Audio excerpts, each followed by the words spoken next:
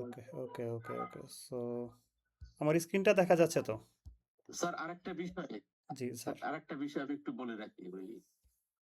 যখন আমরা পিডিএফ মানে আপনার ইমেজ ডাউনলোড করতে যাচ্ছি, হ্যাঁ আপনার এটা ইন্টারনেট প্রবলেমের কারণে কিনা যখন ইমেজ গুলো দেখছি নিচে কিন্তু পিএনজি লেখা আছে অথবা জেপিজি লেখা আছে, কিন্তু পিএনজি কেও যখন ডাউনলোড দিলাম সেভ অ্যাজ করতে গিয়ে তখন দেখি আবার ওই জেপিজি থাকে, কিন্তু ছবিটা যখন ইমেজটা যখন অনেকগুলো সংখ্যায় আসছে তখন কিন্তু পিএনজি লেখা দেখেই ওটাকে আমি ডাউনলোড করছি।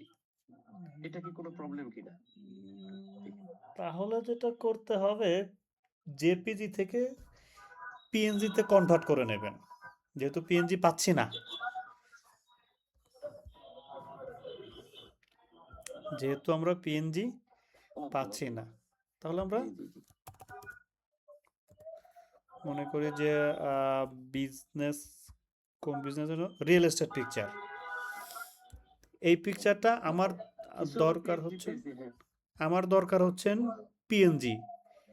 এইটা যদি আমি ডাউনলোড করি তাহলে আসছে কি আমার জেপিজি। ওকে, এটা কিন্তু আমার এই যে ডট জেপিজি। তাহলে আমি কি করব, অনলাইনেই আমি গুগলেই সার্চ করব যে JPG two PNG, sorry PNG. Shafiq ভাইয়া একটু যদি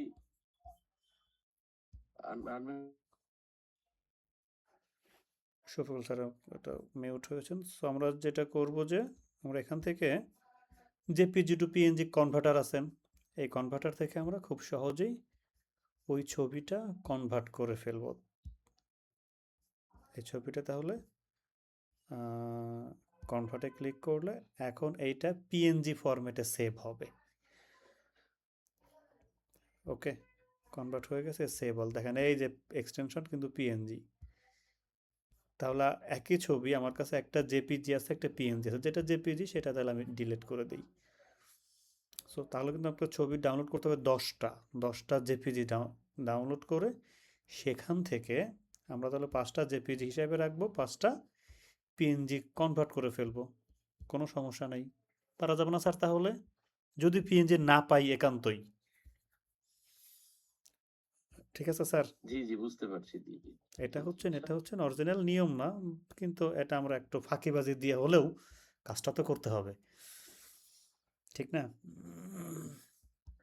আমরা তাহলে সেভাবে করে ফেলবো। স্যারের আরেকটা রিকোয়েস্ট ছিল, তা হচ্ছেন হেডার এবং ফুটারে এখানে একটু ঝামেলা হচ্ছিল।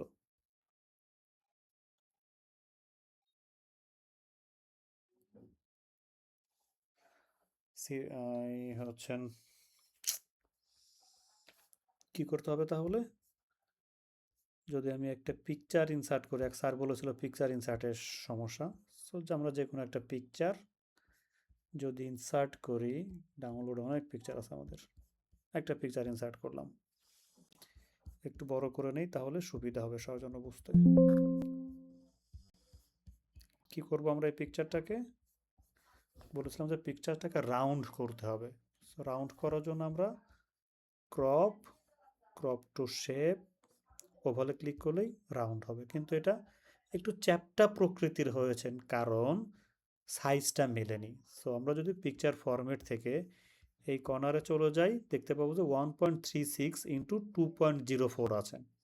সো আমরা তাহলে এই কর্নারে ক্লিক করি, কর্নারে ক্লিক করলে আমাদের লেআউট নামে আরেকটা মেনু চলে আসছেন। এখান থেকে আমরা লক অ্যাসপেক্ট রেশিও টিকমার্কটা উঠিয়ে দিলে এখন আমি 1.5 ইন্টু 1.5 বসিয়ে দিতে পারবো।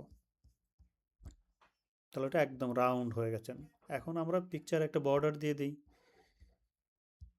এই বর্ডারটাকে, পিকচার বর্ডার থেকে আমরা যে কোনো একটা কালারে সিলেক্ট করেছি, এটা সবগুলো কিন্তু পিকচার ফরম্যাটের মধ্যে আছে। কেমন, আমি যদি বাইরে ক্লিক করি তখন কিন্তু পিকচার ফরম্যাটটা দেখা যাবে না। পিকচার যখন সিলেক্ট করা থাকবে তখনই শুধুমাত্র পিকচার ফরম্যাট আসবে, এবং সেই পিকচার ফরম্যাটের মধ্যেই উইটের মধ্যে আমরা আরেকটু বড় করে দিয়ে দিতে পারি, মোটা করতে পারি। তার কথা ছিল যে এই পিকচারটা আসলে এই দিকে কোথাও সরে আসছে না, পিকচারটা সরে না, পিকচারের ধর্মই হচ্ছেন পিকচার যেখানে আমরা ইনসার্ট করবো সেখানেই থাকবে। যেহেতু সরে না, তো কিন্তু আমাকে তো সরাতে হবে, তার মানে সরানোর ব্যবস্থা করতে হবে। কিভাবে ব্যবস্থাটা করব আমরা? ব্যবস্থাটা হচ্ছেন সেই পিকচার ফরম্যাটের মধ্যেই এপাশে র্যাপ টেক্সট নামক একটা কিছু আছে, র্যাপ টেক্সট, WRAP। এই র্যাপ টেক্সটে ক্লিক করলে আমাদের অনেকগুলো অপশন চলে আসবে। এখান থেকে যদি আমরা স্কোয়ারে ক্লিক করি, তারপরও দেখা যাবে যে যে কোনো জায়গাতে আমাদের পিকচারটা মুভমেন্ট হচ্ছে। স্কোয়ার মানে হচ্ছেন পিকচার যতটুকু জায়গার মধ্যে থাকবে ততটুকু জায়গা, অন্যান্য লেখাগুলো ততটুকু জায়গায় ছেড়ে দেবে। সো যদি ঝামেলা হয় তাহলে আমরা স্কোয়ার না করে আমরা ইন ফ্রন্ট অফ টেক্সটও করতে পারি, তাহলে লেখার মতো লেখা থাকবে, এতটুকু জায়গা লেখার উপর দিয়ে উঠে যাবে। তো আমরা যেহেতু আমাদের যেটা স্যাম্পল ছিল সেটা নিচে লেখাটা ছিল, সো আমরা ইন্টার দিয়ে নিচে চলে আসবো, তাহলে আর কোনো সমস্যা হবে না। সো আমরা কী করব? স্কোয়ার অথবা in front of text. Square দিয়ে আমরা চেষ্টা করব, না হলে একান্তই ইন ফ্রন্ট অফ টেক্সট দিয়ে আমরা ওই লেখাগুলোকে আগে নিচে আনবো, তারপর আমরা পিকচারটাকে ইন ফ্রন্ট অফ টেক্সট করে দেব। এই হচ্ছে আমাদের পিকচারের কাজ। এরপরে আসে হচ্ছেন দুইটা পৃষ্ঠা নিতে হবে আমাকে। প্রথমে বলেছিলাম যে আমি একটা ইন্টার দেব, এরপর কি করব আমরা? লেআউট থেকে, ব্রেক থেকে, সেকশন ব্রেক, পরের পেজে চলে আসছি।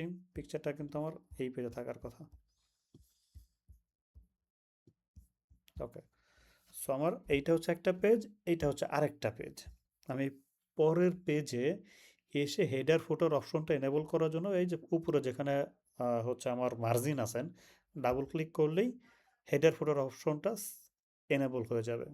দেখতে পাচ্ছি হেডার সেকশন 2, নিচে গেলে দেখতে পাবো যে ফুটার সেকশন 2।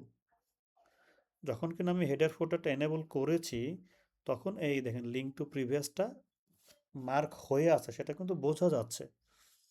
এটা টিক মার্কটা আমি উঠিয়ে দেব। এটা আমি হেডারে করলাম, ফুটারও তাহলে একইভাবে করতে হবে। ফুটার একটা ক্লিক করলাম, এরপর এই দেখেন লিঙ্ক টু প্রিভিয়াসে টিক মার্ক হয়ে আছেন, এটাকে আমি ক্লিক করে সেটাকে উঠিয়ে দিলাম। এখন আমি এখানে যা ইচ্ছা সেগুলোই বসিয়ে দিতে পারি, পেজ নাম্বার অথবা হেডার ফুটার, যা ইচ্ছা যে কোনো কিছু আমি বসাতে পারি। কিন্তু এক্ষেত্রে শুধুমাত্র সেকেন্ড পেজে আসেন, ফার্স্ট পেজে কিন্তু সেটা আর আসেনি। কেন আসেনি? কারণ এই সেকশনের সাথে এই সেকশনের কোনো প্রকার লিঙ্ক নাই। এই হচ্ছে আমাদের হেডার অথবা ফুটার, আলাদা করে দেয়া আছেন। বুঝতে পেরেছি স্যার? জি স্যার, আরেকটা ইয়ে ছিল, ফার্স্ট পেজে একদম নিচে ডান কর্নারে আরেকটা আন্ডারলাইন মার্ক ছিল, এই যে এটা একটা শেপ নিয়ে নেব, এই যে শেপ থেকে এই শেপটা নেব। কোন শেপ? ও লাইন আচ্ছা শেপ। আচ্ছা আচ্ছা, clear, line shape clear sir. Line shape, shift চেপে ধরে এই লাইনটা দেব, তাহলে একদম সমান হয়ে যাবে। শিফট চেপে ধরে নিলে এটা একদম সমান হয়ে যাবে। আমরা লাইন শেপ নিয়েছি। Okay sir? আর কোনো কনফিউশন আছে কোনোটাতে?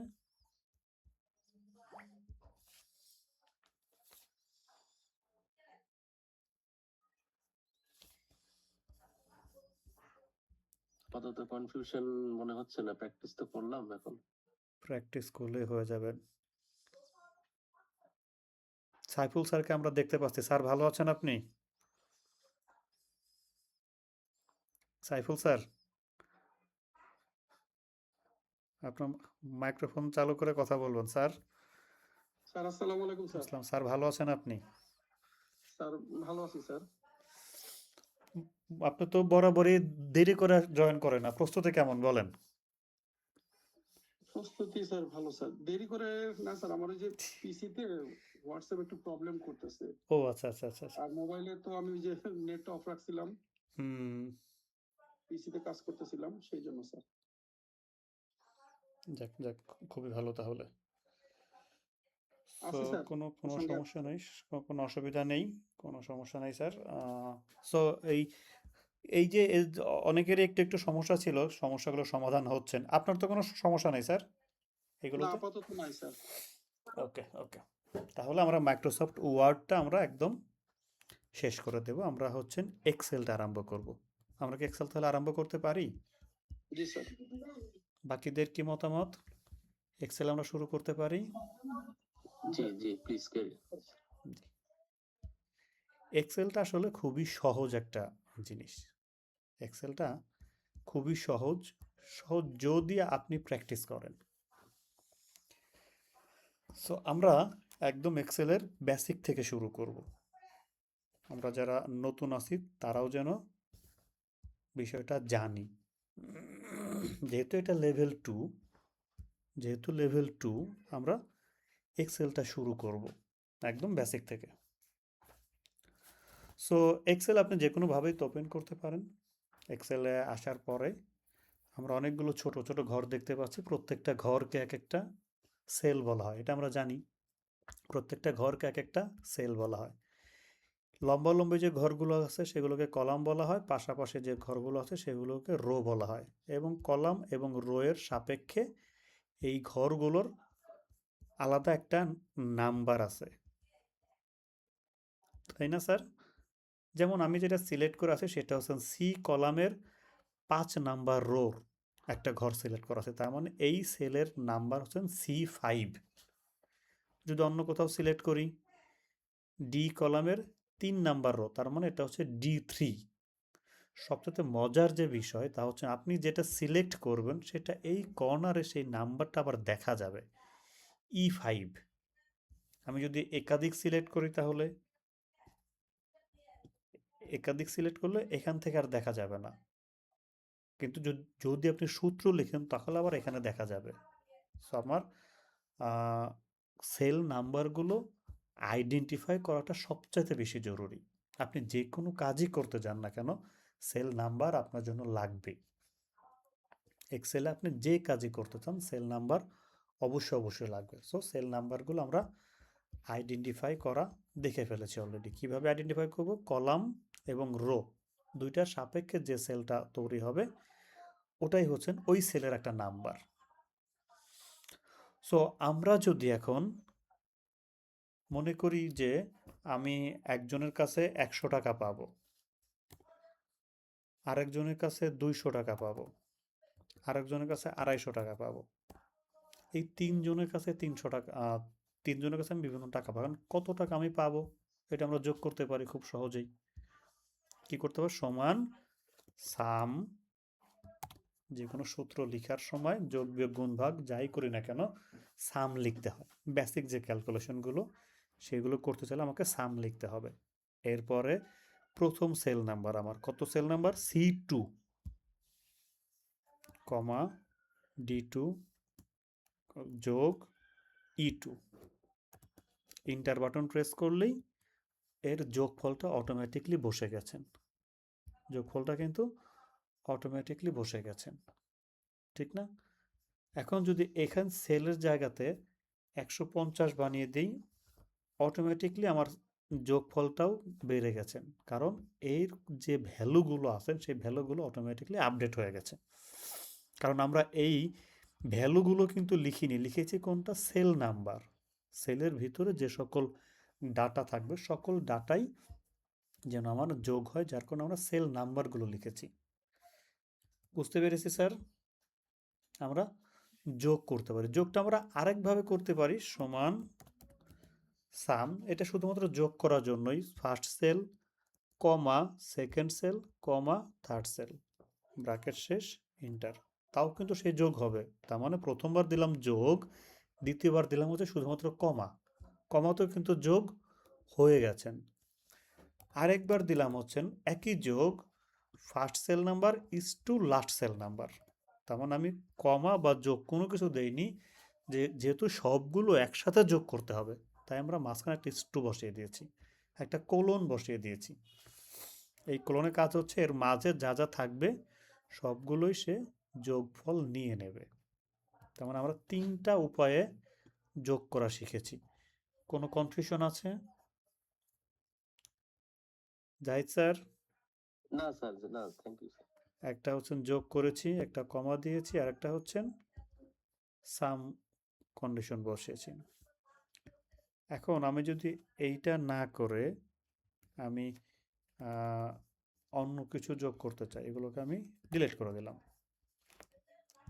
কি করতে পারি, মনে করি 15,000 টাকা, 8,000 টাকা, 5,000 টাকা, 2,000 টাকা। টোটাল তাহলে আপনার কত টাকা হবে? আমরা তাহলে খুব সহজে যোগ করতে পারবো। এখানে আমার যোগটা হবে, মাঝখানে কিন্তু একটা ঘর আমি ফাঁকা রেখেছি, এখানে আমার যোগ করতে হবে। তাহলে আমরা সাম ব্যবহার করতে পারি এবং এই কয়েকটা যোগ করতে পারি। একটা ঘর যে ফাঁকা আছে সেই ফাঁকাটা কিন্তু আমি ফাঁকাই রেখেছি, কারণ এখানে আমরা অন্য কিছু বসাবো। তাহলে আমাদের টোটাল 30,000 টাকা চলে আসেন। 5,000, 15,000, 8,000, 5,000, 2,000, টোটাল 30,000 টাকা চলে আসছে আমার। ঠিক না স্যার? টোটাল কিন্তু 30,000 টাকা। এখন আমি যদি বলি যে আমি আমার এই টাকা থেকে কেউ আমার কাছে টাকা পাবে, তাকে আমি কিছু টাকা দেব, আমার কিছু লোন আছে, সেই টাকাটা আমি দিয়ে দেব। মনে করি সেই টাকাটা হচ্ছে 2,500 টাকা। তাহলে আমার কাছে আর কত টাকা থাকতে পারে? এখানে আবার কি এফ তো হবে না।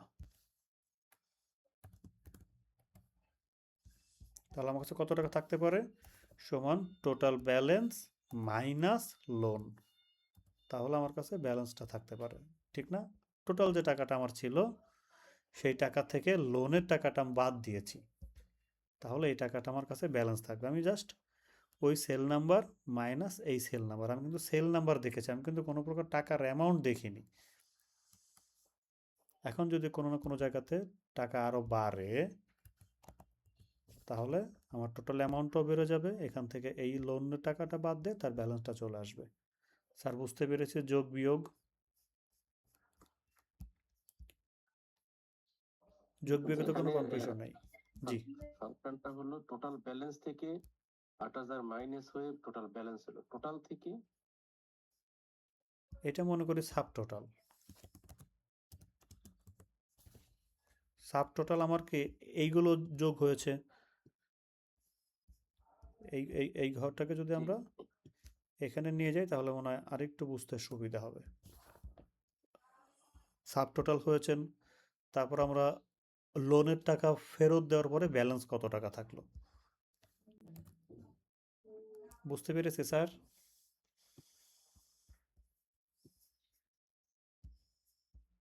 মনে করি এটা আমাদের বেসিক স্যালারি, মনে করি এটা আমাদের হাউস রেন্ট, মনে করি এটা আমাদের, আর যেন কি কি কি আপনারা পান?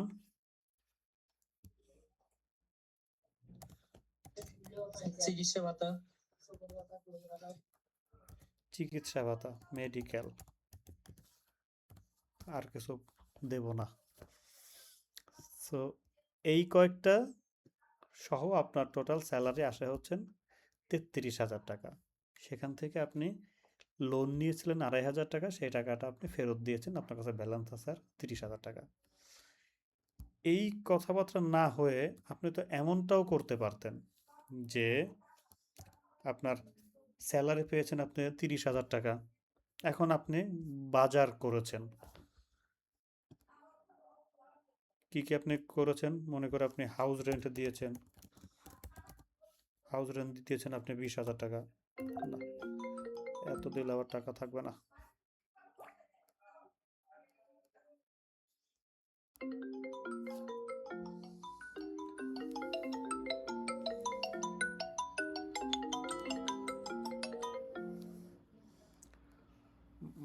মা আমি বাসায় এসেছি, আমি ক্লাস নিচ্ছি, ক্লাস শেষ করে ফোন দিই।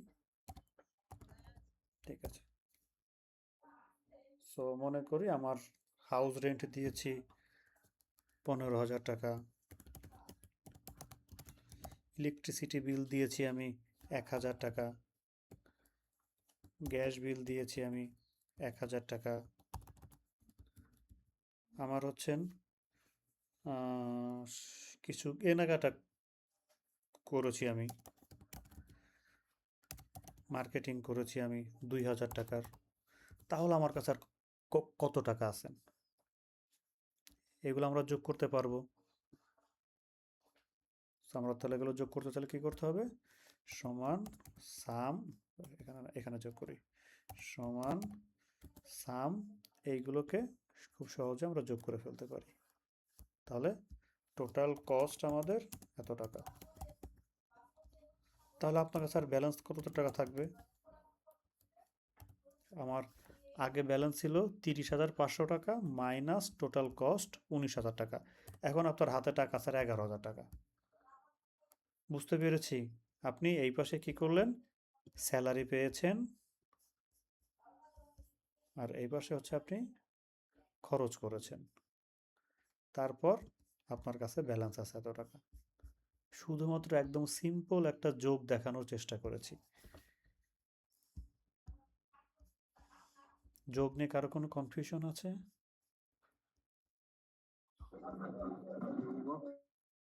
না, কোনো কনফিউশন নেই।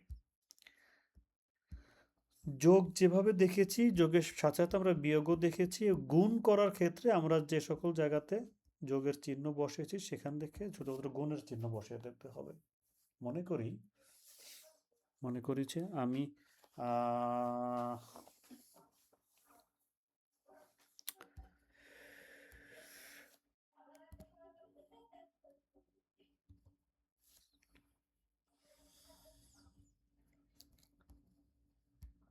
আমি বাজার থেকে 5টা ডিম কিনেছি, প্রতি ডিমের দাম হচ্ছে 10 টাকা করে। তাহলে আমার কত টাকা দিতে হবে? যেহেতু আমি বাজার করতে গেছি, 5টা ডিম কিনেছি, 10 টাকা করে এক একটা ডিম, তাহলে কত টাকা আমি দেব? আমরা খুব সহজেই এই সেল নাম্বার গুণ এই সেল নাম্বার বসিয়ে দিতে পারি। ফার্স্ট সেল গুণ লাস্ট সেল। 5, 10 খুব সহজে আমরা 50 বলে দিতে পারি। কিন্তু যদি এখানে আমার এরকম কিছু একটা হতো, তাহলে কিন্তু এগুলো আমাকে গুণ করাটা কঠিন হয়ে যেত।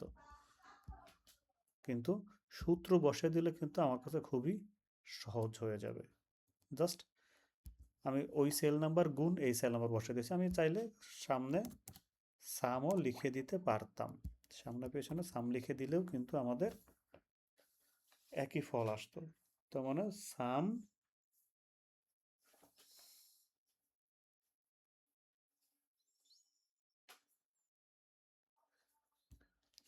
সাম ফার্স্ট সেল গুণ লাস্ট সেল। যদি ভাগ করতে চাই তাহলে একই জায়গা থেকে আমরা ভাগ বসিয়ে দিতে পারি স্ল্যাশ। আমরা গুণ করার সময় কি করেছিলাম? গুণ করার সময় আমরা স্টার চিহ্ন বসিয়ে দিয়েছিলাম। স্টার শিফট ধরে 8-এর মধ্যে স্টার আছেন। আর ভাগের সময় আমরা স্ল্যাশ বসিয়ে দিয়েছি, শিফটের পাশেই স্ল্যাশ আছেন। এই হচ্ছে আমাদের টোটাল যোগ বিয়োগ গুণ ভাগ। যদি পার্সেন্টেজ করতে চাই, কি করব আমরা? পার্সেন্ট ব্যবহার করব। মনে করি যে এই যে 1234 টাকার 5% কত টাকা হবে? সমান তাহলে এই সেল নাম্বার গুণ এই সেল নাম্বার পার্সেন্ট। তাহলে এই টাকার 5% হচ্ছে এই টাকা। 1000 টাকার তাহলে কত টাকা হবে? 50 টাকা হবে। 1000 টাকার 5%-এ 50 টাকা হবে। এই পার্সেন্ট যেহেতু আমাদের এখানে আছে অলরেডি, যার কারণে এটা বসিয়ে দিয়েছি। যদি না থাকতো তাহলে সরাসরি 5% লিখে দিতে পারতাম, তাও কিন্তু একই ভ্যালু আসতো। আমি যেখানেই লিখি না কেন পার্সেন্ট করতে হবে, এটা হচ্ছে মেন কথা। এই সেল নাম্বার গুণ পার্সেন্ট যদি কোথাও থাকে সেটা আমরা সেই সেল নাম্বারটা দেখিয়ে দেব, না থাকলে সরাসরি আমরা লিখে দিতে পারবো। এই হচ্ছে আমাদের পার্সেন্টের কাজ। এবারে যদি বলি যে এই যে 15,000 টাকা বেসিক স্যালারি আছে আমার, 15,000 টাকা আমার বেসিক স্যালারি আছে, এই 15,000 টাকার যদি বলে যে 50% হাউস রেন্ট পাবে সে, আমরা করতে পারবো না। তাহলে 15,000 টাকার 50% সে হাউস রেন্ট পাবে। তাহলে কি করব? সমান এই সেল নাম্বার গুণ 50%, 7,500 টাকা। যদি মনে করি যে 15,000 টাকার 10% সে ইউটিলিটি পাবে, তাহলে 15,000 গুণ 10%, এটার 5% সে মেডিকেল অ্যালাউন্স পাবে, তাই সেল নাম্বার গুণ 5%। তাহলে কিন্তু খুব সহজে আমরা পার্সেন্টেন্সেরও ব্যবহার শিখে গেছি, ঠিক না? বলুন, জি স্যার। এতক্ষণ পর্যন্ত কারো কোনো কনফিউশন আছে কিনা?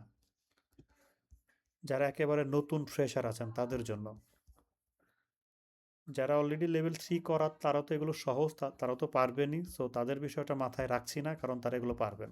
বাট যারা আগে কখনো দেইনি, ফ্রেশার, এক্সেলে কাজ খুবই কম করা হয়, তাদের জন্যই হচ্ছেন আজকের এই সেশনটা, আশা করি কাজে দেবে। স্যার পারবো। স্যার, এতটুকু পারা যাবে। এইবারে আসবো হচ্ছেন আমরা আমাদের মেইন যে কন্ডিশন, সেটা হচ্ছে ইফ কন্ডিশন নিয়ে। কি কন্ডিশন? If condition. এর কাজটা কি? ইফ অর্থ যেন কি? ইফ অর্থ হচ্ছেন যদি, ঠিক না? ইফ অর্থ হচ্ছেন যদি, তার মানে এইটা একটা কন্ডিশন। এই কন্ডিশনে কি হয়? কন্ডিশনে যেটা হয় তা হচ্ছেন, আপনি মনে করে আজকে আমরা সবাই অনলাইনে জয়েন করেছি। আজকে আমরা কতজন জয়েন করেছি? মাত্র 8 জন জয়েন করেছি। 2 4 6 8 জন জয়েন করেছি, বাকি 4 জন এখনো জয়েন করেনি। কেন জয়েন করেনি তারা? কারণ তাদের হয় ইন্টারনেট নেই, হতে পারে তারা অনলাইনে নেই, তারা হতে পারে তারা বাসায় নেই, হতে পারে তারা এই লিঙ্কটি পায়নি, হতে পারে তারা আজকে যে ক্লাস আছে সেটা ভুলেই গেছে। অনেকগুলো কিন্তু সম্ভাবনা আছে, ঠিক না? সো এই সকল সম্ভাবনাগুলো, এই সকল যে সম্ভাবনাগুলো আছে, সেই সকল সম্ভাবনাগুলোই হচ্ছে আমাদের এক একটা কন্ডিশন। তো যদি আমরা কন্ডিশন আকারে চিন্তা করি যে যদি আপনার কাছে ইন্টারনেট থাকে তাহলে আপনি জয়েন করতে পারবেন, যদি ইন্টারনেট না থাকে তাহলে জয়েন করতে পারবেন না। আমাদের কিন্তু কন্ডিশন মাত্র একটা, ইন্টারনেট থাকা, এটা হচ্ছে একটা কন্ডিশন। সো যদি থাকে তাহলে একরকম হবে, যদি না থাকে তাহলে আরেক রকম হবে, ঠিক না? সো আমি যদি কাজটা করতে পারি তাহলে আমি পাস করব, যদি কাজটা করতে না পারি তাহলে আমি ফেল করব। তার মানে কাজ পারা এটা একটা কন্ডিশন। এই কন্ডিশনটা যদি ফুলফিল করে তাহলে একরকম আসবে রেজাল্ট, যদি ফুলফিল না করে তাহলে আরেক রকম রেজাল্ট আসবে। সো মনে করি আমি 80 পেলে পাস, আমি আসলে পাস করেছি নাকি ফেল করেছি এই বিষয়টা আমি দেখব। মনে করি যে আমি বাংলায় 80 পেলে পাস, আইসিটিতেও 70 পেয়েছি। শর্ত হচ্ছেন 80 পেলে পাস করব, না হলে আমি ফেল করব। তাহলে সমান ইফ, যদি। আমার লজিক কোনটা? 80 পেতে হবে, তার মানে এই সেল নাম্বার যদি 80-র সমান বা বেশি হয়, ইজ গ্রেটার দ্যান ইকুয়াল, 80-র সমান বা বেশি হয় কার? 80-র। এটা হচ্ছে আমার লজিক। কোনটা আমার লজিক? এই সেল নাম্বারে যে ভ্যালু থাকবে সেই ভ্যালুটা যদি 80-র সমান বা তার সাথে বেশি হয়, একটি কমা দিলাম, দেন এখানে হাইলাইট হচ্ছে কি ভ্যালু ইফ ট্রু, যদি এই শর্তটা সত্য হয় তাহলে আমরা লিখে দিলাম পাস, না হলে লিখে দিলাম ফেল, ব্র্যাকেট শেষ, এন্টার। দেখেন পাস চলে আসছেন। যখন এখানে 79 লিখে আসবে, ফেল লেখা চলে আসছেন। 80 থাকবে পাস, 79 লিখলেই সেটা ফেল, 50 লিখলে তো আরও ফেল, কারণ 79-এর নিচে হলেই, 80-র নিচে হলেই সে ফেল করেছেন। খুব সহজে একটা ইফ কন্ডিশন। এই ইফ কন্ডিশনের মধ্যেই যদি আরও কোনো কন্ডিশন থাকে, যদি আরও কোনো কন্ডিশন থাকে সেগুলোকেও আমরা এখানে যোগ করে দিতে পারি।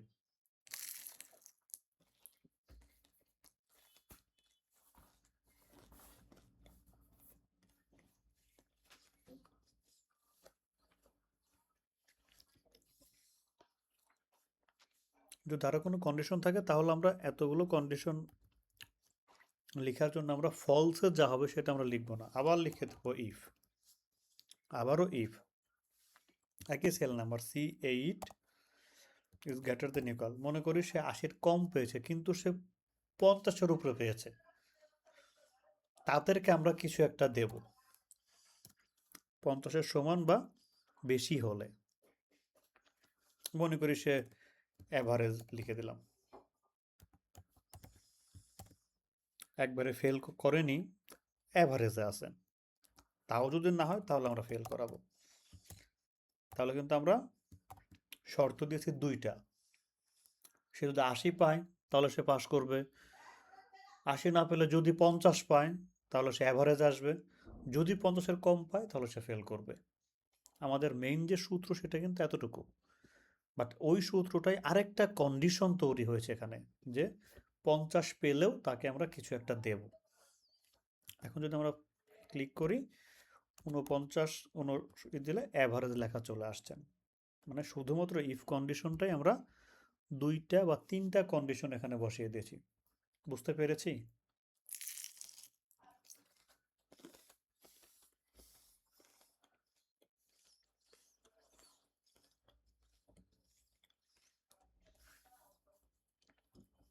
কারো কোনো কনফিউশন আছে?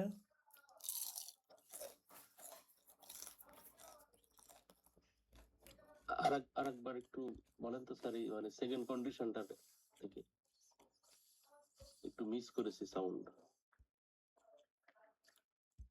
সেকেন্ড কন্ডিশনের ক্ষেত্রে আমরা তো একটা কন্ডিশন অলরেডি দিয়েছি, যে যদি 80-র সমান বা তাতে বেশি পায় তাহলে সে পাস করবে। মনে করে 80 পেল না সে, আরেকটা কন্ডিশন দিয়েছি যে 80 না পেলে সমস্যা না, যদি 50-এর উপরে পায় তাহলে সে অ্যাভারেজ লিখে আসবে, তারপরে সে ফেল করবে। তার মানে আমরা কন্ডিশন দিয়েছি দুইটা, আগে ছিল একটা কন্ডিশন যে 80 পাইলে পাস, না পাইলে ফেল, এখন আরেকটা কন্ডিশন যুক্ত করেছি। সো আরেকটা ইফ লিখেছি আমি, যে ওই সেল নাম্বার যদি 50-এর সমান বা বেশি হয় তাহলে সে অ্যাভারেজ আসবে, না হলে সে ফেল করবে। তাহলে এখন 50-এর উপরে পাইছে কিন্তু 80-এর কম, অ্যাভারেজ। 40 পেয়েছে, ফেল। 50 পেয়েছে, অ্যাভারেজ। 80 পেয়েছে, পাস করেছে। এই হচ্ছে আমাদের ইফ কন্ডিশন।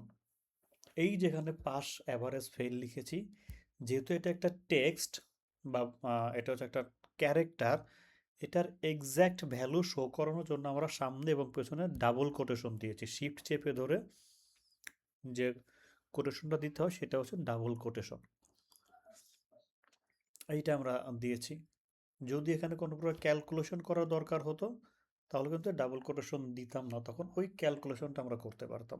মনে করি যাদের বেসিক স্যালারি, আমি একটা লিখি যে যাদের বেসিক স্যালারি হচ্ছেন 6,000 টাকা বেশি, তারা হচ্ছেন 55% পাবে বাসা ভাড়া। যাদের স্যালারি 8,000 টাকার বেশি তারা 53% পাবে বাসা ভাড়া। যাদের স্যালারি হচ্ছেন 10,000 12,000 টাকার বেশি তারা হচ্ছেন 52% পাবেন বাসা ভাড়া। যাদের স্যালারি 15,000-এর সমান বা বেশি তারা 50% পাবে বাসা ভাড়া। মনে করি আমাকে এরকম 4টা কন্ডিশন দিয়ে দিয়েছে আমাদের, মনে করি এইটা হচ্ছেন আমাদের একটা স্যালারি শিট আমরা তৈরি করছি। এগুলো আমি ডিলিট করে দিলাম। মনে করি আমরা একটা স্যালারি শিট তৈরি করছি, যেখানে আমরা এমপ্লয়ীদের নাম দিতে পারি। আমি আমার নামটাই দিই। একজনের স্যালারি দেব হচ্ছেন 11,500 টাকা, আরেকজনের বেসিক স্যালারি দেব হচ্ছেন 10,000 টাকা, আরেকজন হচ্ছেন 8,000 টাকা, দেব হচ্ছেন 5,000 টাকা। আমরা কয়েকজনের স্যালারি এখানে আমরা তৈরি করার চেষ্টা করছি। আমরা কি বের করব? এখন হাউস রেন্ট বের করব। কি করব? আমরা হাউস রেন্ট বের করব। হাউস রেন্টের যেটা শর্ত বলে দিয়েছিল যে যাদের স্যালারি, বেসিক স্যালারিটা, যাদের বেসিক স্যালারিটা 6,000 উপরে তাদের হচ্ছেন 55% পাবে। এই বেসিক স্যালারি যত টাকা তার 55% পাবে হচ্ছেন তার হাউস রেন্ট হিসাবে। যাদের 8,000 তারা 53%, 12,000 হলে 52%, 15,000-এর বেশি হলে 50% পাবে বেসিক স্যালারি।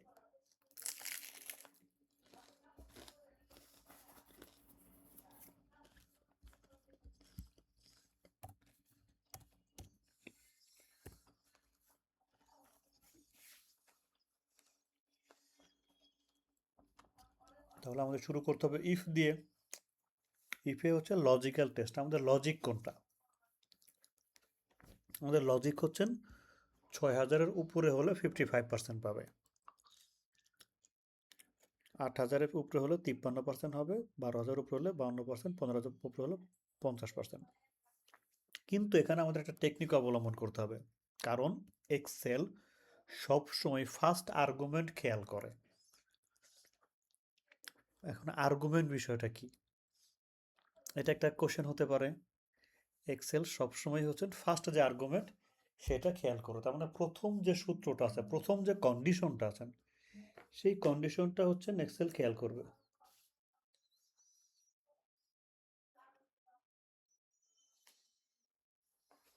সো আমরা যদি ওই কথা চিন্তা করি তাহলে আমাদের বড় যে সংখ্যা আছে সেটা দিয়ে শুরু করতে হবে।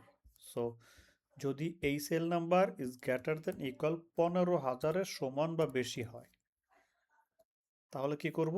ওই সেল নাম্বারের সাথে, দ্যাট মিনস B4 এর সাথে আমরা গুণ করব হচ্ছেন 50%। আমরা কিন্তু আগের বার শুধুমাত্র পাশ ফেল লিখেছিলাম, এবার আমরা কি করেছি?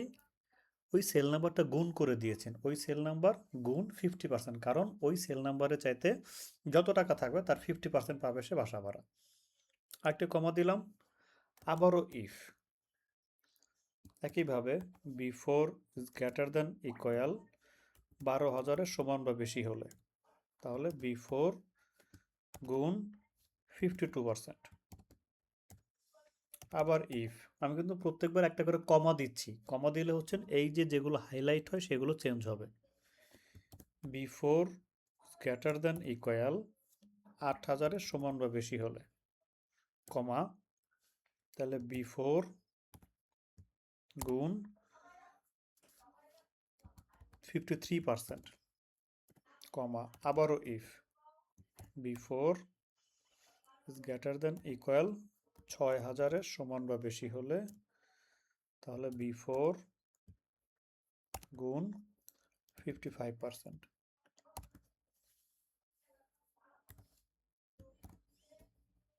কমা। আমাদের তাহলে সবগুলোই কিন্তু শেষ।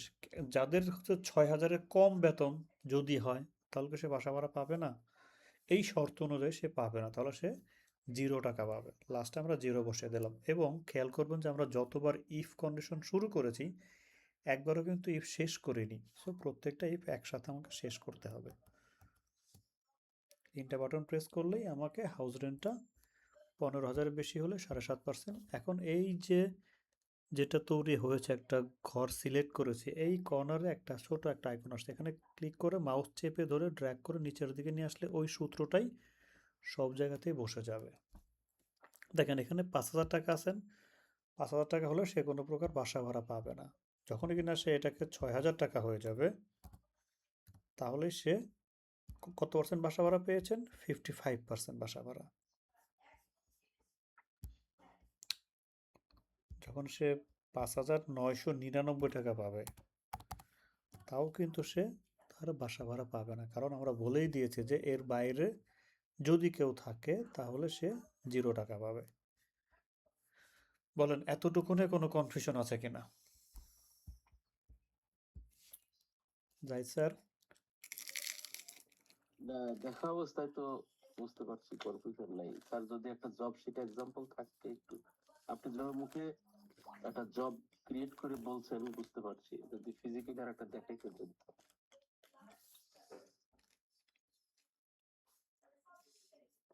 এইটাই মনে করেন জব, এইটাই পারবেন কিনা বলেন? জি জি জি।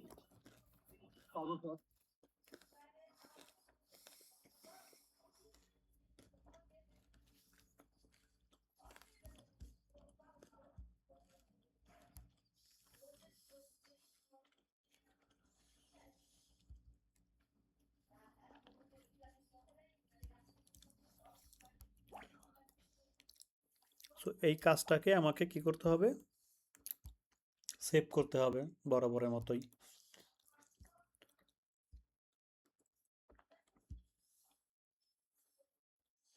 ডেস্কটপে আপনি যে ফোল্ডারটা তৈরি করবেন সেই ফোল্ডারটা, এর ভেতর আরেকটা ফোল্ডার তৈরি করতে হবে আপনাকে।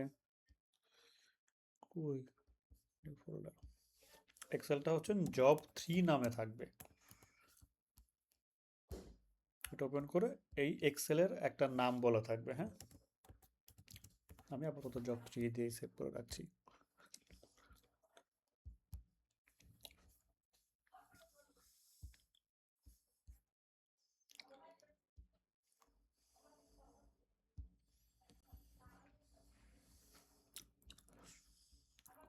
সো এতটুকু যদি হয় তাহলে আমরা যে কাজটা করব তা হচ্ছে আসলে অ্যাসেসমেন্টে কোন টাইপের কোশ্চেন আসতে পারে সেই বিষয়টা আমরা একটু দেখার চেষ্টা করব, ঠিক না স্যার? তাহলে জি আমাদের জন্য বুঝতে আরেকটু সুবিধা হবে।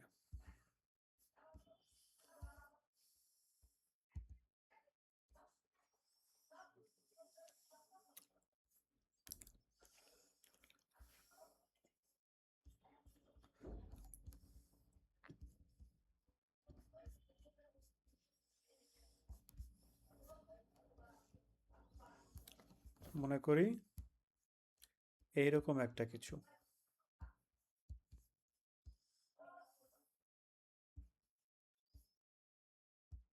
এরকম একটা কিছু যেখানে কি কি বলা হয়েছে, উপরে বেশ কিছু লেখা আছে, বেশ কিছু লেখা আছে। এখানে লেখা আছে স্যালারি শিট এবং এখানে এটাকে কালার করে দেয়া আছেন, আর এইগুলোকে এরকম আছেন। সো আমি যদি এটার এক্সেল ফাইলটা ওপেন করি তাহলে আর একটু বুঝতে সুবিধা হবে যে এরকম। সো এইটাই যদি আমি কপি করে নিয়ে যাই আমার ওই জায়গাতে যেন রেকর্ডিংয়ে আসে।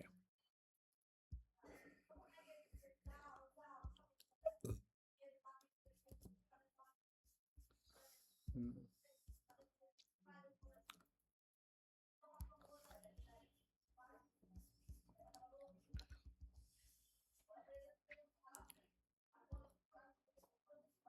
ওকে। এখানে বলা হয়েছে যে যদি এই বেসিক স্যালারি যদি 8,000-এর সমান বা তার সাথে বেশি হয় তাহলে সে এই বেসিক স্যালারির 40% টাকা পাবে। যদি 8,000-এর কম হয় তাহলে 50% টাকা পাবে হাউস রেন্ট। পারা যাবে না তাহলে? আমি যদি এখানে লিখে দিই যে যদি 8,000-এর সমান বা বেশি হয় তাহলে তার বেসিক স্যালারির 40% পাবে, যদি না হয় তাহলে বেসিক স্যালারির 50% পাবে। এইটা হচ্ছেন এইটার একটা কন্ডিশন। বলেন এই কন্ডিশনটাকে আমরা এখন লিখতে পারবো নাকি এটা আবার দেখাতে হবে স্যার? না, তাহলে নিয়ম অনুযায়ী আমার ফার্স্ট ভ্যালু যেটা আছে, হুম, শব্দটা কি যেন বলেছিলেন, ফার্স্ট বা সর্বোচ্চ যেটা আছে না, সেখান থেকে আমাকে আমার শুরু তো করতে হবে। কন্ডিশন একটাই 8,000 কন্ডিশন। আমার তো একাধিক কন্ডিশন হ্যাঁ, নাই আর 8,000 এখানে। না, কন্ডিশনের কথা বলছি না আমি। যদি কারো বেসিকটা বেশি থাকে, কারো রেঞ্জ বেশি আছে না, না, সবার তো একই রকম থাকবে না। বেসিক স্যালারি যতই থাকুক না কেন, আপনার কথা হচ্ছেন ও যদি আচ্ছা, ইফ এই সেল নাম্বারে কত হ্যাঁ, আছে এটা তো আর আমি জানি না। জানি কি এই সেল নাম্বারে 8,000, 10,000, 15,000, 20,000 যাই থাকুক না কেন, এই সেল আচ্ছা, নাম্বার যদি 8,000-এর বেশি হয়, 8,000-এর বেশি কত, 8,000-এর বেশি 8,000 এক হলো তো 8,000-এর বেশি, 10,000, 12,000, জি, 16,000 যাই থাকুক না কেন, এটা তো এটা তো এখানে আছেন। সো আমি তো এইটা নিয়ে কোনো কিছু করছি না, আমার কন্ডিশন হচ্ছেন 8,000।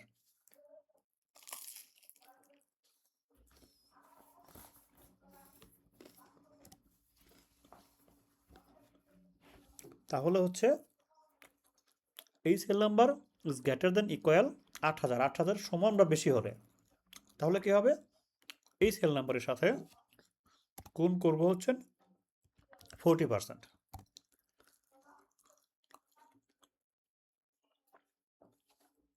আরেকটি কমা দিলাম, আরেকটা কন্ডিশনে দিচ্ছে যদি না হয় তাহলে 50% পাবে। সো আমি যা আর কোনো প্রকার ইফ কন্ডিশন না লিখে সরাসরি D9 গুণ 50% লিখে দিতে পারি, ব্র্যাকেট শেষ, এন্টার। তাহলে কি হবে, 8000-এর উপরে যেগুলো আছেন ড্র্যাগ করে নিচের দিকে নিয়ে আসলে এটা 7500 টাকা, এটার 50% পেয়ে গেছে। 8000 টাকায় 40% পেয়েছেন। দেখেন এটা কিন্তু বেসিক স্যালারি কম, তারপর হাউস রেন্ট বেশি পেয়েছেন। বেসিক স্যালারি বেশি, তারপর হাউস রেন্ট কম পেয়েছেন, কারণ সে 40% পেয়েছে। আমাদের ছোট্ট একটা সূত্র আমরা লিখেছি, বুঝতে পেরেছি?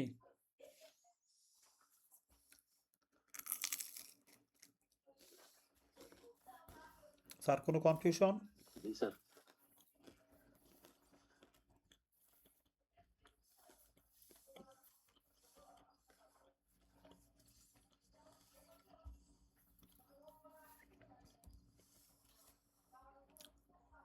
যদি বলে যে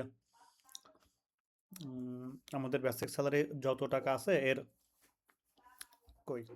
বেসিক স্যালারি যত টাকা আছে এর 10% পাবে সে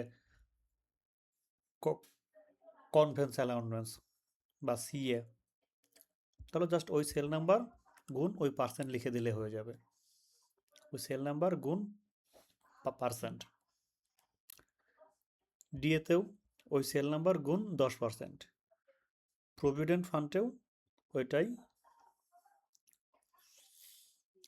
বিএফএ একটা ফিক্সড একটা অ্যামাউন্টের কথা বলে, আইটিতে যে আরও কিছু কন্ডিশনের কথা বলে দেয়।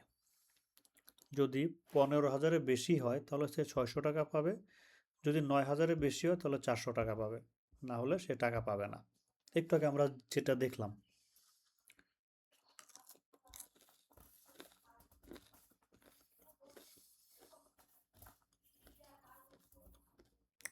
স্যার কোনো কনফিউশন আছে?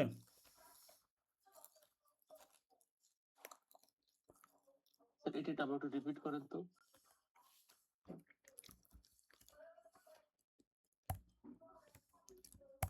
কথা হচ্ছে যদি বেসিক স্যালারি 15,000-এর বেশি হয় তাহলে সে আইটিতে 500 টাকা বা ইনকাম ট্যাক্সে সে 500 টাকা কাটবে। যদি 15,000-এর চাইতে কম হয়, 8,000-এর বেশি হয়, তাহলে ইনকাম ট্যাক্সে সে 400 টাকা কাটবে। যদি 8,000-এরও কম হয় তাহলে কোনো ইনকাম ট্যাক্স আসবে না। তাহলে সমান if resale number is greater than equal 15,000, 15,000-এর সমান বা বেশি যদি হয় তাহলে তার ইনকাম ট্যাক্স আসবে 600 টাকা, কমা আবারও ইফ 15,000 না হয় যদি এই সেল নাম্বারটা কত হয়, 8,000-এর সমান বা বেশি হয়, তাহলে তার ইনকাম ট্যাক্স আসবে 400 টাকা। যদি তাও না হয় তাহলে 0 টাকা। এই সূত্রে যেটা দেখা যাচ্ছে যে কেউ যদি তার যেটা বেসিক স্যালারি এইটা যদি 15,000-এর সমান বা বেশি হয় তাহলে তার 600 টাকা শো করবে। 15,000 না হয় যদি 8,000 হয় তাহলে 400 টাকা, 8,000-ও যদি না হয় আরও কম হয় তাহলে সে 0 টাকা পাবে। যদি আমাদের আরও কোনো কন্ডিশন থাকতো যে 5,000 উপরে পাইলে একটা থাকবে, তাহলে কিন্তু আমাকে আবারও আরেকটা ইফ লেখার দরকার হতো। এই হচ্ছে আমাদের তাহলে আইটি সবগুলো তাহলে চলে আসছে যে এনার স্যালারি কত, 7,500 টাকা বেসিক স্যালারি, যার কারণে সে কোনো প্রকার আইটি কাটেনি। তাহলে টোটাল স্যালারি কত টাকা হবে? টোটাল স্যালারি হচ্ছে যেগুলো আমার ইনকাম, যেগুলো আমার টাকা আসছে, এইগুলো হচ্ছেন ইনকাম, এটা টোটাল স্যালারি। আর টোটাল ডিডাকশন কত টাকা হবে, যেগুলো আমি টাকা জমা দিয়েছি বা টাকা কেটে রেখেছেন, পিএফ, ডিএফ, এলআই, আইটি, এগুলো সবগুলো আমার কেটে রেখেছেন। তাহলে নেট স্যালারিটা আমার কত হতে পারে, total salary minus net salary.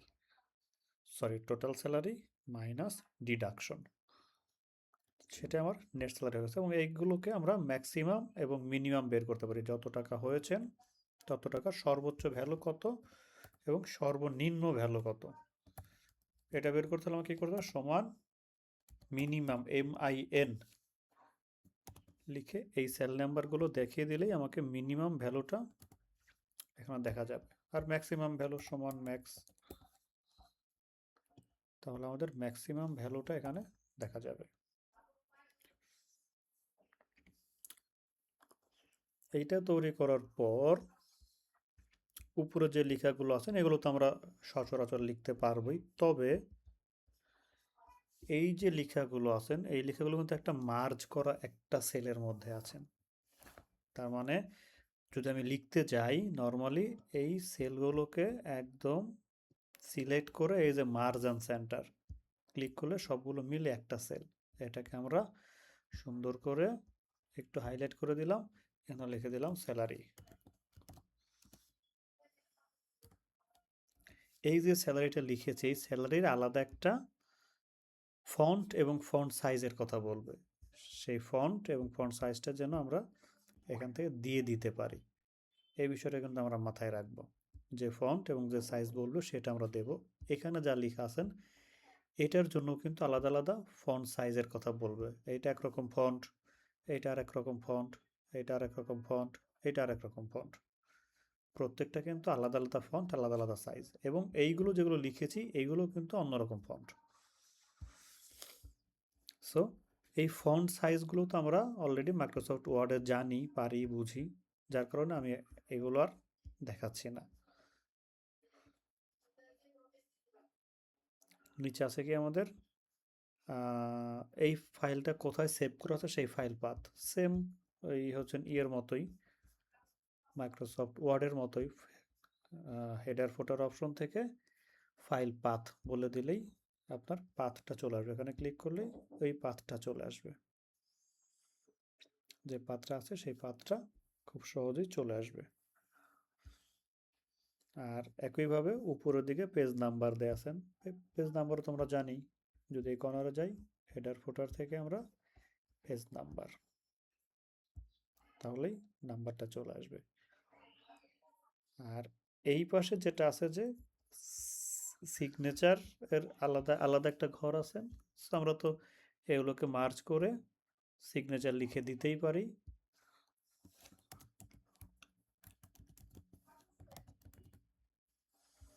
এর উপরে দাগ দিতে চাইলে আমরা এই যে আমাদের যে বর্ডারগুলো আছে সেই বর্ডারের টপ বর্ডার সিলেক্ট করে দিলে উপরে একটা দাগ চলে আসবে, দেখেন এই যে জাস্ট কি করেছি আমরা বর্ডার দিয়ে দিয়েছি, বর্ডারের টপ বর্ডার, এখানে অনেকগুলো বর্ডার আছে না, bottom, top, left, right, no border, all border, আমরা টপ বর্ডারটা দিয়েছি। সবগুলোতে করতে চাইলে আমাকে অল বর্ডার দিতে হবে, যেখানে যেমন আমাদের সবগুলোতে দেওয়া আছেন, এখানে কিন্তু আমরা এতটুকু সিলেক্ট করে কি করেছিলাম, এখান থেকে অল বর্ডার সিলেক্ট করেছি। এই ঘরগুলো কিন্তু চাইলে আমরা এখান থেকে ছোট বড় করতে পারি। এই ফাইলটা অবশ্যই আপনার এক পেজের মধ্যে থাকতে হবে, একটা পেজটাকে যে আপনি আবার ল্যান্ডস্কেপ মোড করবেন, পাশাপাশি করবেন তা কিন্তু হবে না, এটা কিন্তু পোর্ট্রেট মোডেই থাকতে হবে।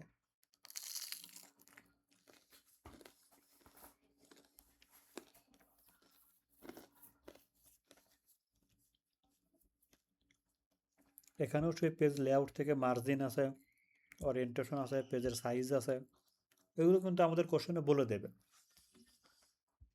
A4 সাইজ পেজ হতে হবে, মার্জিনে কত ইঞ্চি বাই কত ইঞ্চি হবে সেটা তারা বলে দেবে, সেগুলো আমরা আপডেট করে ফেলবো।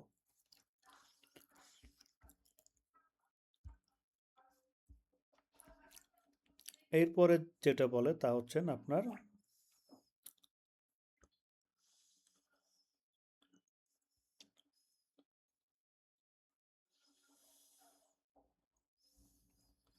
একটা চার্ট আঁকাতে বলে।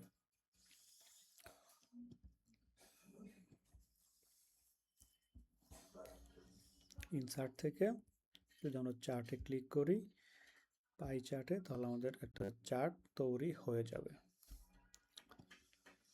নেট স্যালারির ওপর একটা চার্ট বা টোটাল স্যালারির ওপর এরকম যে কোনো একটা তারা বলে দেবে, ওইটা জাস্ট সিলেক্ট করে চার্টে ক্লিক করলে আমার তার এরকম একটা চার্ট চলে আসবে।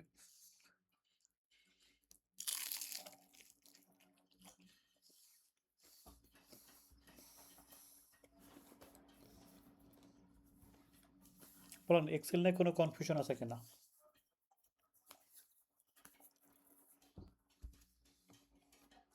প্র্যাকটিসে যেতে হবে স্যার আর কি। প্র্যাকটিস তো সবই করতে হবে, তবে এক্সেলটা হচ্ছে না, যেহেতু লেভেল 2 সবচেয়ে সহজ, এটাই তারা ভাবে যে এগুলো আসলে একদম মিনিমাম যারা কম্পিউটারে হাতে খড়ি হয় তারা এগুলো পারে। এটা হচ্ছে এনএসডি এর ভাষ্য মতে, কম্পিউটার হাতে খড়ি হলেই যাদের আছে তারা এই জন্য এগুলো পারে। এখন একটা কথা জেনে রাখি, তা হচ্ছে এই যে আমি একটু ছোট ছোট করেছি, ঘরগুলো কিন্তু ছোট ছোট করেছি টেনে ধরে, তারপরে যদি আপনার এক পৃষ্ঠায় জায়গা না হয়, লেআউট থেকে আমরা পৃষ্ঠা মার্জিন দিয়েছিলাম, সাইজ দিয়েছিলাম না, তারপরও আসলে এক পৃষ্ঠায় জায়গা হচ্ছে না, তাহলে কিন্তু আমাকে ফিট করতে হবে, স্কেল টু ফিট। এখানে আমরা উইথ 1 পেজ করে দিয়েছি, নর্মালি অটোমেটিক থাকে এবং নর্মালি হচ্ছে এখানে 100% থাকে, নর্মালি এইরকম থাকে। So, এতটুকু কিন্তু আপনার একটা পেজ আসবে না, আমি এইটাতে সিলেক্ট করি, নর্মালি কিন্তু আপনার এইরকম থাকবে। সো তার মানে যদি আমি কন্ট্রোল পি প্রেস করি, কন্ট্রোল পি প্রেস করে দেখতে পাবো যে টোটাল স্যালারি পর্যন্ত এসেছে, বাকিগুলো কিন্তু আসেনি। তার মানে এই যে একটা দাগ চলে আসছে, এতটুকু প্রিন্ট হবে, বাকিটুকু হবে না। তাদের কথা হচ্ছে পুরোটা একটা পেজে প্রিন্ট হতে হবে, যার কারণে এই লেখাগুলোকে একটু ছোট হবে। সো স্কেল টু ফিট থেকে আমরা সিঙ্গেল পেজ করে দেব, উইথটাকে সিঙ্গেল পেজ করে দেব। এখন কন্ট্রোল পি প্রেস করলে দেখতে পাবো যে পুরোটাই চলে আসছে। আমি কিন্তু কোনো ঘর ছোট করিনি, শুধুমাত্র স্কেলটা কমিয়ে দিয়েছি। এটা কিন্তু আপনার কোশ্চেনে আসতে পারে। বলুন কারো কোনো কনফিউশন আছে কিনা?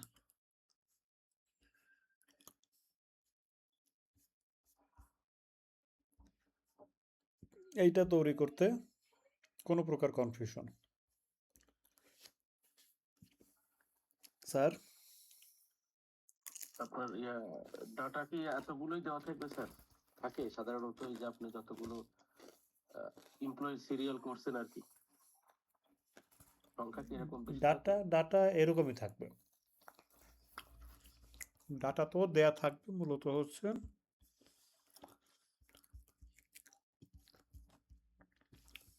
এতটুকু কোশ্চেনে থাকবে। এগুলো তো আপনি তৈরি করবেন, ঠিক না? আপনাকে শর্ত বলে দেয়, যেখানে একটা শর্ত লিখেছে না, এরকম একটা শর্ত তারা বলে দেবে আপনাকে, এই শর্ত অনুযায়ী আপনি এখানে ফিল আপ করবেন। এরকম শর্ত আরেকটা শর্ত, মেডিকেল অ্যালাউন্সের শর্ত আরেকটা জায়গাতে লেখা আছে, যেটা লেখা আছে সেটা আপনি এখানে লিখে দেবেন, ওই শর্ত অনুযায়ী কাজ করবেন। সর্বোচ্চ শর্তই হচ্ছে এই যেই পার্সেন্টেজ ব্যবহার করা বা ইফ কন্ডিশন করা।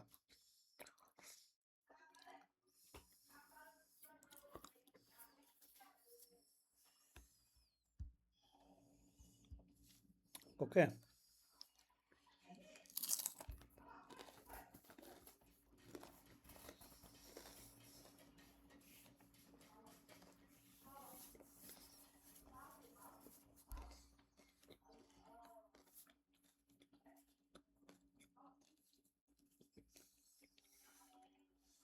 স্যার আপনার অফিসে ডাকবেন না একদিন?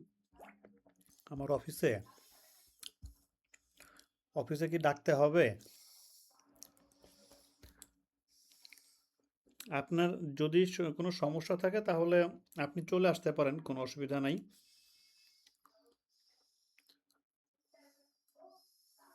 আবার পরীক্ষার দিন সকালবেলা গিয়ে আবার খুঁজে পাবো কিনা এত দূর থেকে।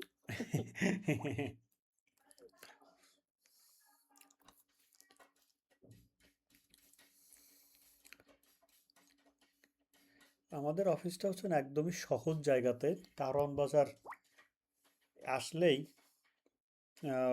হয়ে যাবে মনে করো, কারওয়ান বাজার আসলেই, কারওয়ান বাজার একদম মেইন রোডের যে মেট্রো স্টেশন আছেন, মেট্রোর যে পিলারগুলো আছেন, সেই পিলারগুলো যদি আমরা করতে পারি, আহ, দেখতে পাই, সেই পিলারের নাম্বার ধরে ধরে আমাদের অফিসে চলে আসা যাবে। আপনি তো আসবেন হচ্ছেন সাভার থেকে, না স্যার? জি জি জি। সাভার থেকে কোনো অসুবিধা নাই। সাভার তো কাছেই, মানুষজন সেই সাতক্ষীরা থেকে চলে আসতেছে। আপনাদের সাথে অ্যাসেসমেন্ট হবে হচ্ছেন কম্পিউটার অপারেশন লেভেল 2, আমরা এখানে যে কজন আছি। তারপর হচ্ছেন digital marketing for freelancing level 4 হবে, ওখানেও বেশিরভাগ ক্যান্ডিডেট ঢাকার বাইরের। আর একটা হবে হচ্ছেন CBT and a trainer and assessor part, যেটা ওটাও হবে 24 তারিখেই। এই সবগুলোই 24 তারিখে একদিনেই হবে। তো আমাদের ল্যাব তো তিন ল্যাবে হয়ে যাবে, সমস্যা নাই।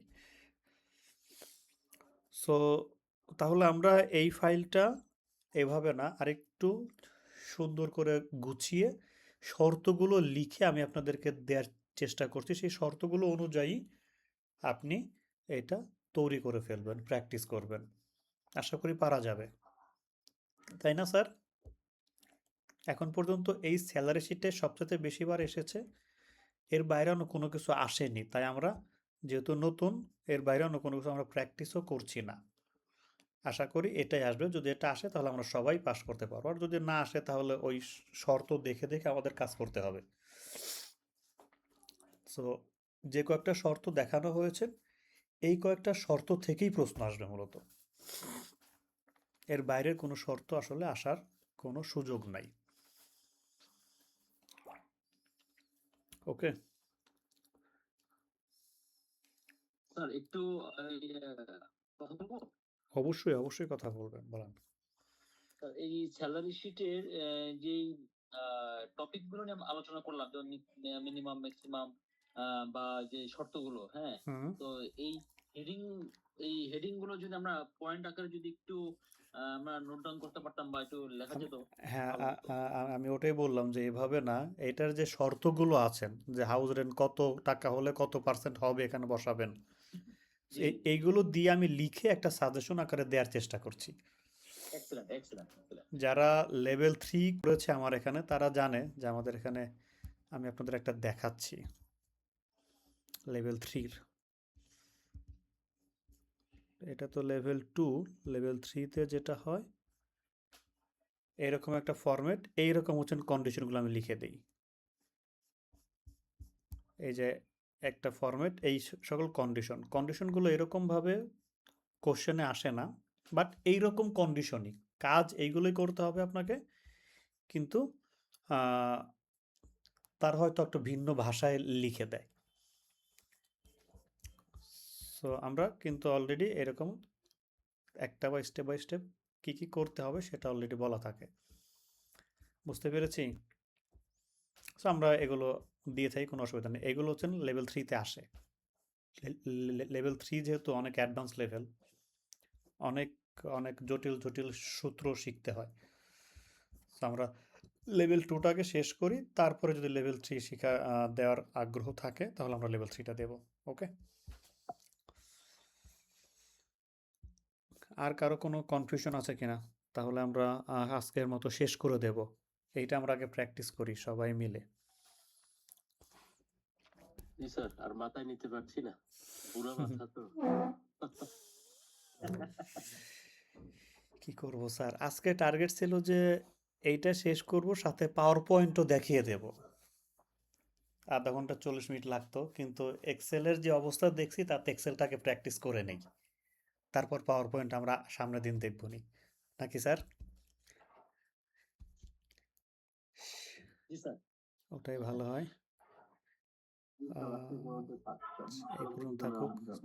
Jahedul sir, Akib Bin Huda sir, Abdul Hadi sir, Arghya Dutta sir, Ismail sir, Saiful sir, Harun sir. So তাহলে আমরা আজকে শেষ করব। আমরা তাহলে যেটা করব তা হচ্ছেন একটু প্র্যাকটিস করব সবাই। আমি ভিডিওটা দিয়ে দেওয়ার চেষ্টা করছি, ভিডিওটা দেখে দেখে আমরা একটু প্র্যাকটিস করব।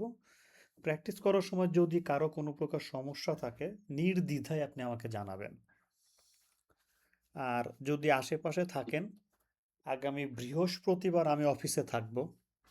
বৃহস্পতিবার আমার আরেকটা ওরিয়েন্টেশন আছে, বৃহস্পতিবার আমি অফিসে থাকব। সো যদি আপনার কোনো প্রকার কনফিউশন থাকে, বৃহস্পতিবার সরাসরি আমার অফিসে চলে আসতে পারেন। আমার অফিস খোলা 9টা থেকে হলেও আমি অফিসে যাই 10:30 11টার দিকে।